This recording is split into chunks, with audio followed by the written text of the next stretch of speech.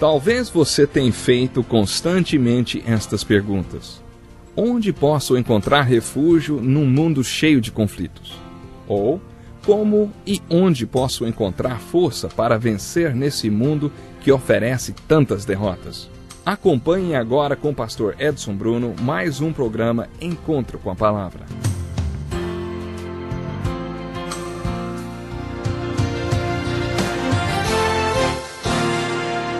Seja muito bem-vindo ao nosso Encontro com a Palavra. Se você tem estado conosco, sabe que estamos estudando a carta de Paulo aos Romanos. Você é bem-vindo também se esta é a primeira vez que você participa do nosso programa. Acompanhe conosco, aliás, você é sempre muito bem-vindo.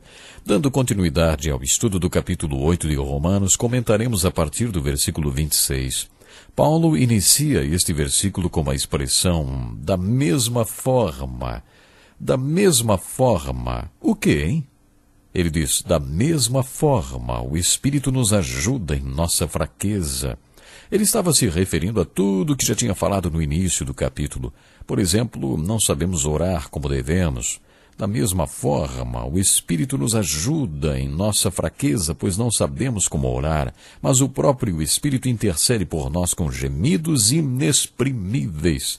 E aquele que sonda os corações conhece a intenção do Espírito, porque o Espírito intercede pelos santos de acordo com a vontade de Deus. Que palavra maravilhosa sobre oração!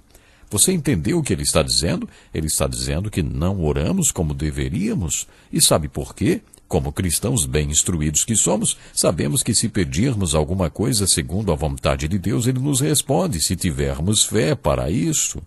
Então, para que orar? Orar porque não temos nem ideia de qual seja a vontade de Deus. Não sabemos o que pedir. Sabemos que Deus está lá, que é soberano e que está no comando.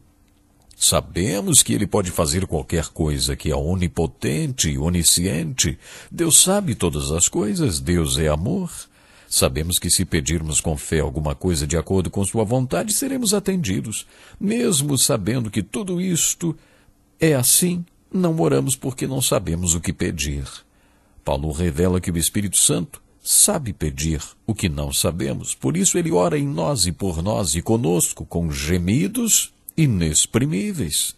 E funciona. Afinal, o Deus Pai sabe os segredos do nosso coração e a intenção do Espírito. Ele sabe o que o Espírito tem em mente quando nos faz gemer. Por isso o Espírito Santo intercede por nós de acordo com a vontade de Deus. E aí Deus responde. Isto quer dizer que nem sempre precisamos verbalizar nossas orações a Deus. E mais, quando você não souber o que orar, ore mesmo assim, porque quando oramos, afinamos nosso coração com o Espírito que intercede por nós de acordo com a vontade de Deus. Isto quer dizer que mesmo que seja para pedir a coisa errada, peça. Não tem por que não pedem, ou pedem por motivos errados para gastarem seus prazeres, foi o que Tiago disse. O que a Bíblia está nos dizendo é que mesmo que não saibamos o que pedir, não devemos deixar de orar. Devemos orar mesmo assim, porque o Espírito vai ler nosso coração e interceder por nós de acordo com a vontade de Deus. O Deus Pai conhece os segredos do seu coração melhor do que você e conhece o Espírito Santo. Por isso, se você pedir errado, Deus vai lhe dar o certo. Moisés é um bom exemplo para nós. Ele estava reclamando com Deus sobre o comportamento horroroso dos israelitas. Afinal, ele não era o pai deles e agora tinha que arrumar comida e água para todo mundo. Onde ele ia encontrar água para toda aquela gente reclamona? E eles queriam carne, mas essa agora, onde ele ia encontrar carne para toda aquela multidão? Ele estava ficando tão indignado que orou a Deus pedindo para morrer. Sabe que Deus respondeu para Moisés? Moisés, você não precisa morrer. Na verdade, o que você precisa é de 70 homens que o auxiliem. Você está tentando fazer tudo sozinho, Moisés. Moisés era tudo mesmo. Governador, juiz, conselheiro, sacerdote, profeta, ele era tudo. Ele tinha que aprender a analisar, organizar, delegar, supervisionar e depois ver no que ia dar. Por isso Deus disse que o que ele precisava era de 70 homens que o ajudassem. Aí, então, Moisés desistiu de morrer. Olha só, Deus conhecia o coração de Moisés e por isso mesmo, tendo feito o pedido errado, Deus lhe deu o que era certo. Tudo isto indica que Deus está no comando, conforme Paulo disse. Pois aqueles que de antemão conheceu, também os predestinou para serem conformes à imagem de seu Filho, a fim de que ele seja o primogênito entre muitos irmãos. E aos que predestinou, também chamou, aos que chamou, também justificou, aos que justificou, também glorificou. Isso nos leva outra vez àquela questão, a predestinação. Mas no versículo 31, encontramos a conclusão de Paulo para tudo isto que ele falou até agora. Que diremos, pois, diante dessas coisas? Espera aí, que coisas? Tudo que ele falou até agora.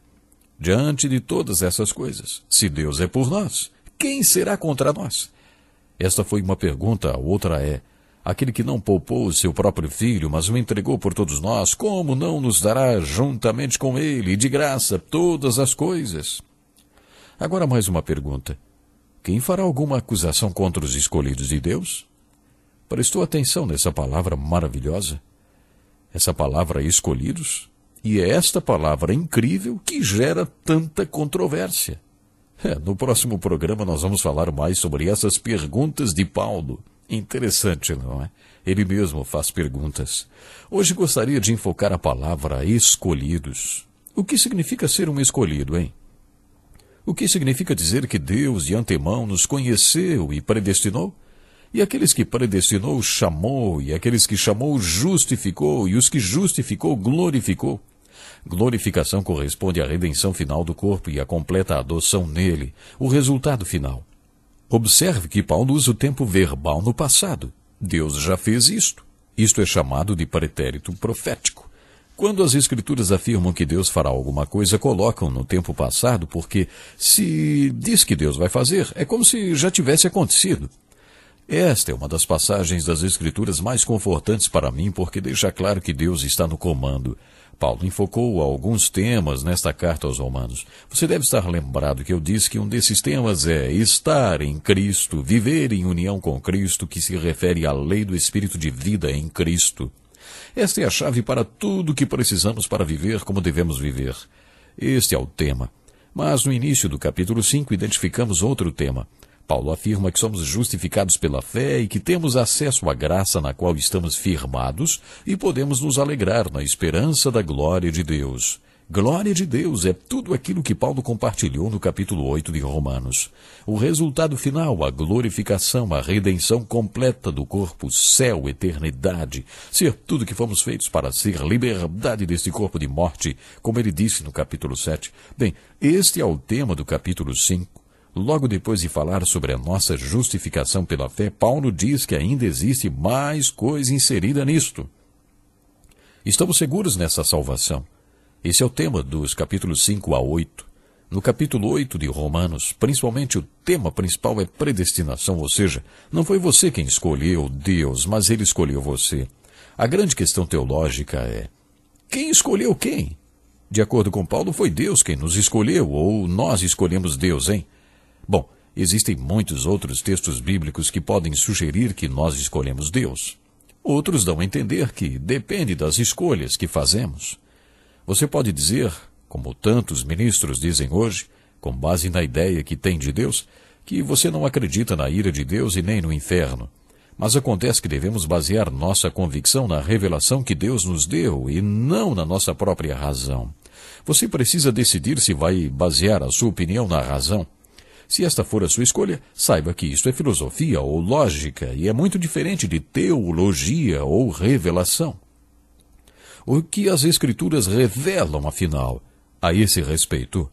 Se você for como eu, acredita na Bíblia de capa a capa, e ela é a base para o que você crê. Mesmo assim, ainda existe um problema, porque há vários textos na Bíblia que parecem ensinar o oposto. Por isso, acho que temos algumas opções. Você pode se decidir por acreditar em Romanos 8 e que Deus está no comando. É nisto que eu creio. E quando encontrar outros textos bíblicos que pareçam sugerir algo diferente, você vai ignorá-los e nem pensar neles. Isso é bem difícil, não é verdade? Uma vez uma senhora da igreja me disse assim: "Ei, pastor, pare aí. Assim o senhor me confunde. O senhor me confunde muito e eu já tomei minha decisão, pastor." Existem muitos outros textos bíblicos difíceis de explicar, independentemente da posição que você tomar.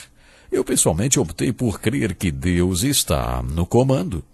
Mas existe outra opção.